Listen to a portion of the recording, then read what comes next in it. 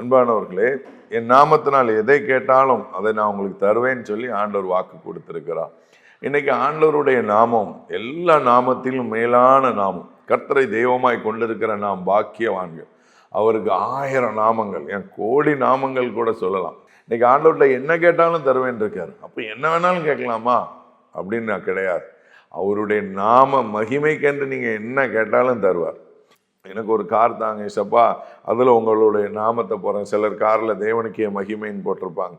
அதை வாசிக்கிறவங்க அந்த கார் நிமித்தம் ஆண்டவருடைய நாமம் மகிமைப்படும். சிலர் வீடு கட்டுவாங்க, அதில் தேவனுக்கே மகிமைன்னு போடுவாங்க.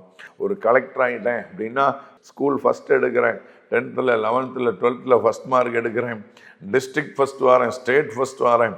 அப்போ என்னை பேட்டி கொடுக்கும்போது நான் ஆண்டவருடைய நாமத்தை சொல்லணும். இப்போ நிறைய பேர் பாருங்கள், ஃபஸ்ட்டு வருவாங்க, எங்கள் காரணம் அந்த டீச்சர்ஸ் தான், பெற்றோர் தான் காரணம்னு சொல்லி அவங்கள மகிமைப்படுத்துவாங்க. ஆனால் நீங்கள் கர்த்தர் தான் காரணம்னு சொல்லி கர்த்தரை மகிமைப்படுத்துங்க. கர்த்தர் உங்கள் வாழ்க்கையில் நிச்சயமாக அற்புதம் செய்வார்.